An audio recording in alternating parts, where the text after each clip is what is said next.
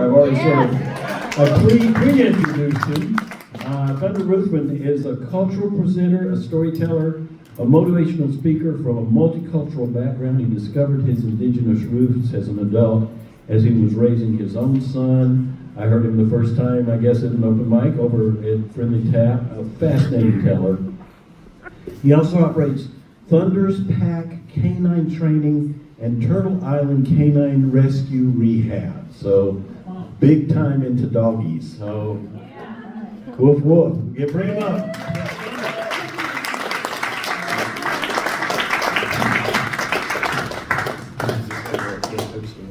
No, you can touch the mic, you can dance around with it.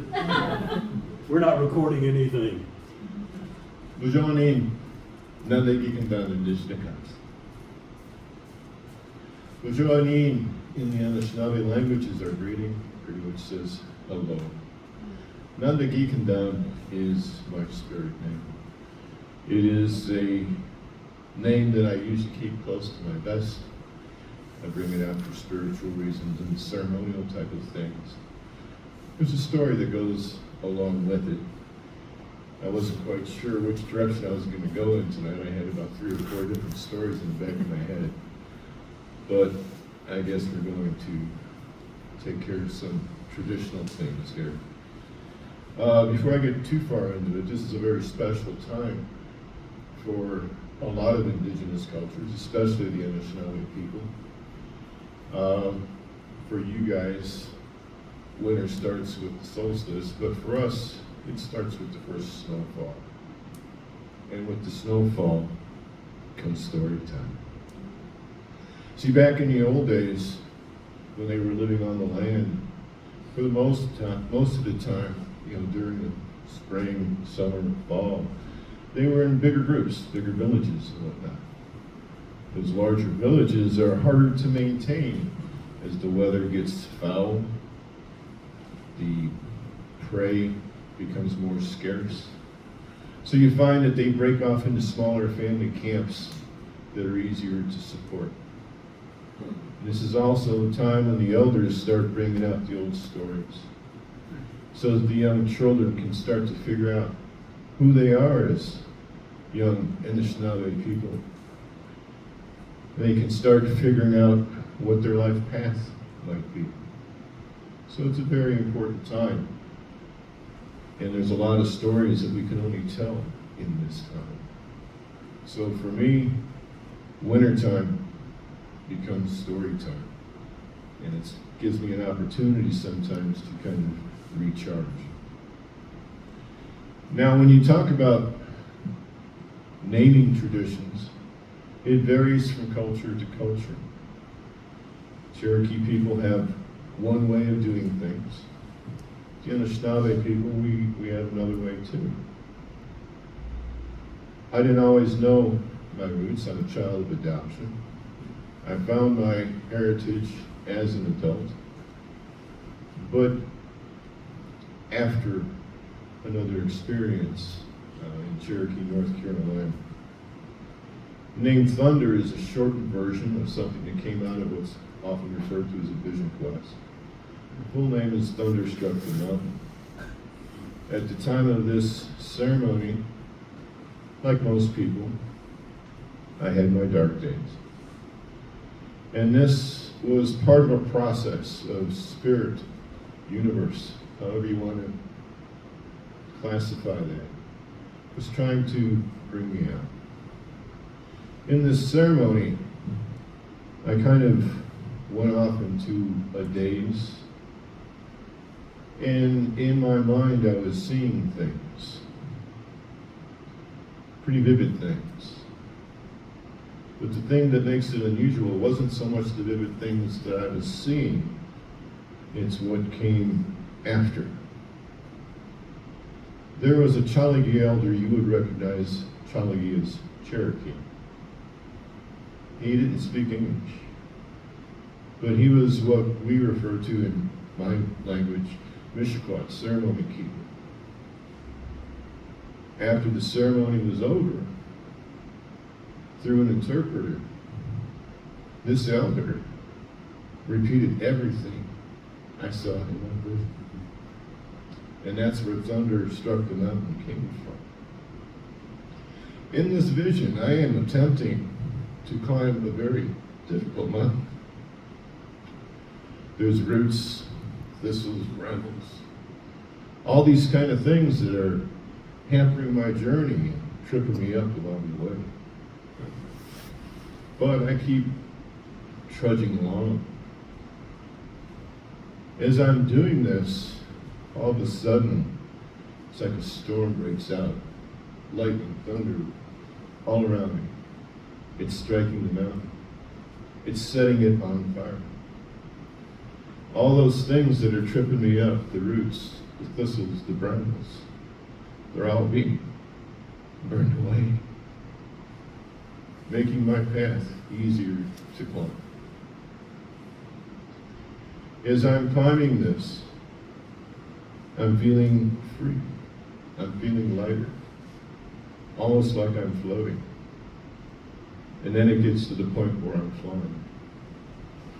As I'm flying, I'm noticing this white wolf in a toying, playful way is kind of jumping up, kind of escorting me along the way. This was the beginning of something that I had no idea what was going to turn into. It took many, many years for me to reach a place to find out who I really was. As I said earlier, I was a child of adoption. I didn't have any questions. As far as I knew, I had some vivid recollections of my birth mother and things. I was happy where I was. But when my son was born, that kind of changed the dynamic. The curiosity of what am I passing on became more prevalent in my thoughts. I knew that my family history really wasn't mine. I was a child of adoption. So the things that affected my adoptive parents really had no bearing on what I might be passing on. With the help of some friends, I started my search. I contacted groups like Yesterday's Children, found out the importance of using intermediaries to kind of buffer the possible chance of rejection. I was writing letters, action line, unsolved mysteries. Always getting rejection letters and getting information that I already knew, like about Yesterday's Children and things of that nature, and the national registries that are out there.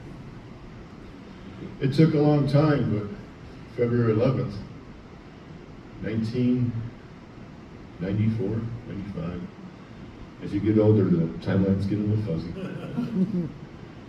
But anyway, Oprah Winfrey had a Lost Love show, and I was always kind of drawn to Lost Love shows. And that's why I was sending letters to Unsolved Mysteries and Action Line. I was hoping I would get my story out there and maybe get a little more information. As far as children of adoption, I had a lot more information to go on. And that kind of helped going down the road. But on this one particular show, Oprah Winfrey had a detective who specialized in lost loves.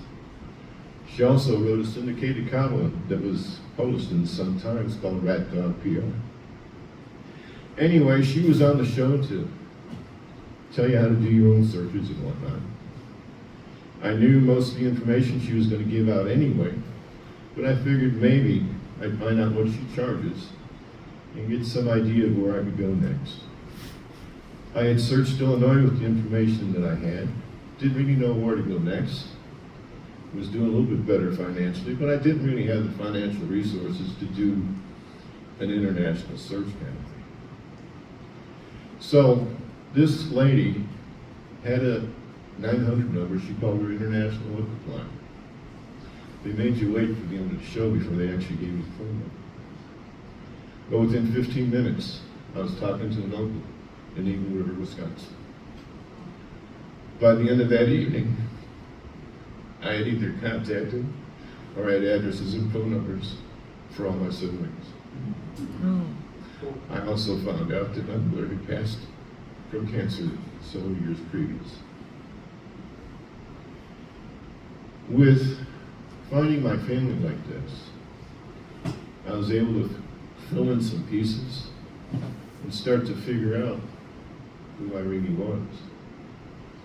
Now at this point I had already been drawn towards a lot of native things. I had my experience in Cherokee, North Carolina. But I had no idea about my own origins. And in finding my natural family, I got a few more pieces. Yes, I did have indigenous heritage. Like many, there was a lot of disconnection. And my current family members really didn't know what our affiliations were. All they knew that was Grandma Mabel was a singer. She used to sing in the speakeasies of Chicago. And she was French Indian from up in Canada. And we did a lot of searching. We did the Ancestry.com and whatnot. We found relatives coming in through New Buffalo and whatnot. And that's kind of like where the link came in from. Knowing this helped me to become a little bit more specific in my search and in my prayers as well.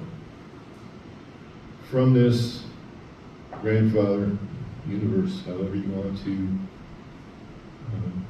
name that entity, it led me to good trees, as I refer to them now, teachers, elders. The first one we affectionately refer to is the old man. And he's the one who named me. Now, when I say my name, Nandagikendon, when you translate that, it means seeks to learn. Now, many hats, this is what he was called.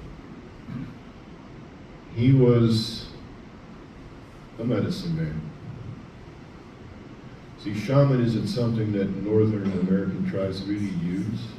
You'll find that a lot of people that are like in the New Age movement, not exactly related to indigenous, but they're borrowing heavily, maybe not exactly giving credit where credit is due. They tend to bring in these things and kind of readjust their meanings. But you'll find, if you travel in these circles, that the medicine men and medicine women, they don't refer to themselves in those terms. They don't feel the need to hang that shingle on the door and say, I'm this, I'm that.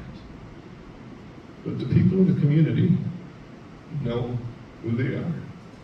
And spirit is what leads them to the elders, to the trees that they need to sit with. Now, Many Hats was one such elder, gifted with naming. And normally, the names would come to him in a dream state. Mine is the first name to come to him in a waking state.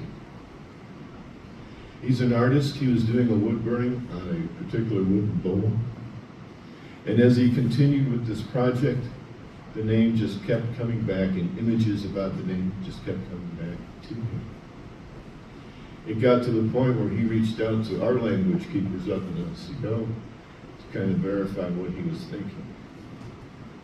This image that he was burning into this bowl was a brave, a warrior, with all the entrapments of Native American spirituality.